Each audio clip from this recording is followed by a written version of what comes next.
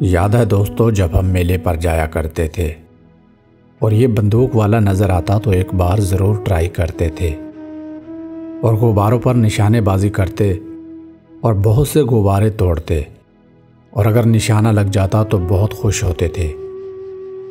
اور اس ٹائم 1 روپے کی 4 گولیاں ملتی تھیں اور یہ رنگ والا کھیل میلے میں ضرور ہوتا تھا۔ ہم اس کی ضرور ٹرائی کرتے تھے اور یہ پلاسٹک کی بال اس ٹائم 2 روپے میں آتی تھی اور جب پیسے نہیں ہوتے تھے نا تو کپڑے کی گیند بنا لیتے تھے۔ اور ہمارے بچپن کی شروعات اس گاڑی سے ہوئی تھی۔ اس گاڑی میں ایک ہی سواری ہوتی تھی اور دن میں کافی دفعہ گرتے بھی تھے اور زخمی ہو جاتے تھے۔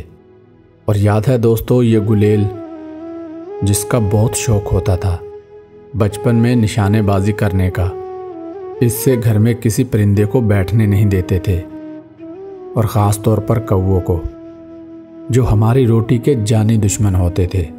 اور بچپن کی سب سے پیاری چیز پتنگ بازی، سارا دن محلے کی گلیوں میں اڑاتے پھرتے رہتے تھے، نہ دھوپ نہ بھوک نہ پیاس کی فکر ہوتی تھی۔ گھر والوں کی سلائی مشین کا سارا دھاگا پتنگ بازی میں ختم کر دیتے تھے اور شام کو گھر والوں سے خوب گالیاں ملتی تھیں۔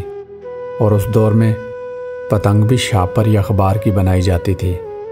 اور اس ٹائم دیہاتوں میں سب سے زیادہ کھیلی جانے والی گیم یعنی گلی ڈنڈا ہوتا تھا اور گھر والے بہت منع کرتے تھے کہ یہ کھیل مت کھیلو کیونکہ اس سے کسی کی آنکھ زخمی ہونے کا خدشہ ہے، مگر ہم لوگ کہاں باز آتے تھے۔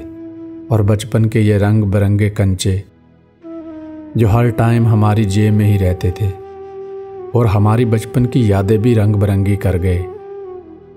کنچے کھیل کھیل کر گھر میں ڈبے بھر لیتے تھے اور پھر جب زیادہ ہو جاتے تو دوسروں کو سیل بھی کرتے تھے۔ اس ٹائم 1 روپے کے 8 کنچے آتے تھے اور یہ لکڑی کے لٹو جس کے ساتھ رسی باندھ کر خوب مقابلہ کرتے تھے۔ 4-5 دوست مل کر لٹو کا مقابلہ کرتے تھے اور لکڑی کے مختلف ڈیزائن کے لٹو بناتے تھے۔ اس ٹائم یہ لٹو بھی بہت کم ملتے تھے کیونکہ انہیں بنانا تھوڑا سا مشکل تھا۔ اور یہ سائیکل کے خراب ٹائر جسے ہم محلے کی گلیوں میں ایک ڈنڈے کے ساتھ چلانے کا بہت شوق تھا اور سارے مل کر اس کی ریس لگاتے تھے اور خوب مقابلہ کرتے تھے۔ جو آگے نکل جاتا تھا وہ بہت خوش ہوتا تھا۔ لیکن اب نہ وہ میلے رہے، نہ وہ میلوں میں کھیلے جانے والے کھیل اور نہ وہ میلوں کی دکانیں۔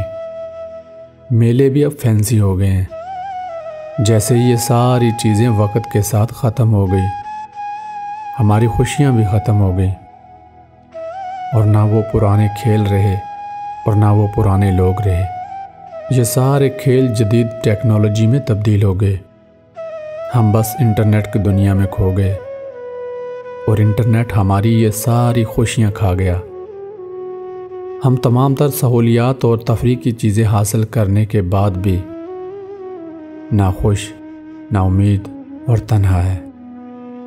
ناظرین، امید ہے آپ کو یہ ویڈیو بہت پسند آئی ہوگی۔ مزید ایسی ویڈیوز کے لیے ہمارے چینل کا ضرور وزٹ کریں۔ ملتے ہیں نیکسٹ ویڈیو میں۔ اللہ حافظ۔